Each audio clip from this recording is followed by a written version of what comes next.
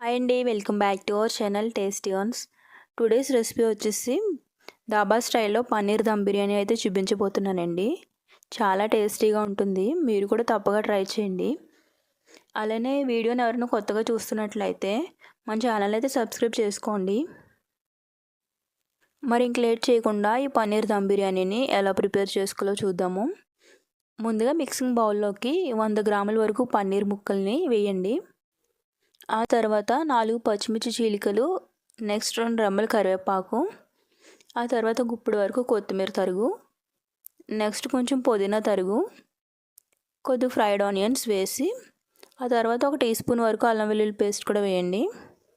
ఇప్పుడు 1/2 tea spoon పసుపు, 1 tea spoon కారం, 1 టీ స్పూన్ జీలకర్ర పొడి,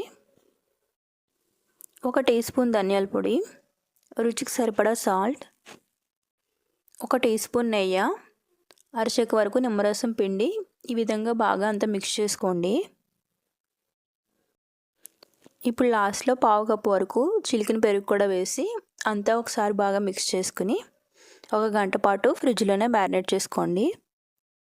ఇప్పుడు ఇక్కడ బాస్మతి రైస్ని కుక్ చేసుకోవడం కోసం స్టవ్ మీద ఒక గిన్నెలో 3 లీటర్ల వరకు వాటర్ వేసి దానిలోనే 2 టీ స్పూన్ల వరకు ఉప్పు అయితే వేయండి. ఇప్పుడు వీడియోలో చూపిస్తున్న బిర్యానీ దినుసులన్నీ వేసి బిర్యానీ ఆకు, దాల్చిన చెక్క, యాలకులు, లవంగాలు, షాజీరా, మరాఠీ మొగ్గ ఇవన్నీ వేసి ఆ తర్వాత కొంచెం ఆయిల్ అయితే వేసుకోండి. ఇలా కొద్దిసేపటికి బాయిలింగ్ అవుతున్న టైంలో కడిగి పెట్టుకున్న బాస్మతి రైస్ని 1/2 కిలో వరకు వేయండి. వేసి ఇప్పుడు ఇక్కడ రైస్ని 80% వరకు కుక్ చేసుకోండి.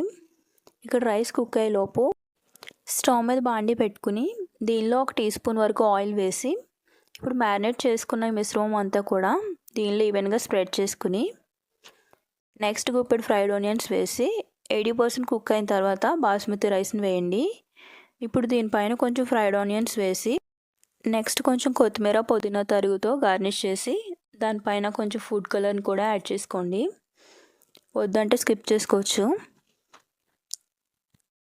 ఇప్పుడు దీనిలో నుంచి ఆవిరి బయటకు పోకుండా ఇలా టిష్యూస్తో మొత్తం అంతా కవర్ చేయండి.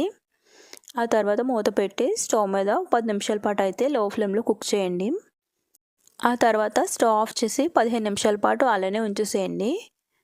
ఇప్పుడు ప్లేట్లోకి సర్వ్ చేసుకుని రైతాతో కానీ షేర్వాతో కానీ పేరప్ చేసుకోండి, చాలా బాగుంటుంది. చాలా సింపుల్గా కూడా అయిపోద్ది ఈ రెసిపీని, తప్పగా ట్రై చేయండి. వీడియోని లైక్ చేయండి, షేర్ చేయండి. మన ఛానల్ కొత్తగా చూస్తున్న వాళ్ళందరూ కూడా సబ్స్క్రైబ్ చేసుకోండి. Thank you for watching.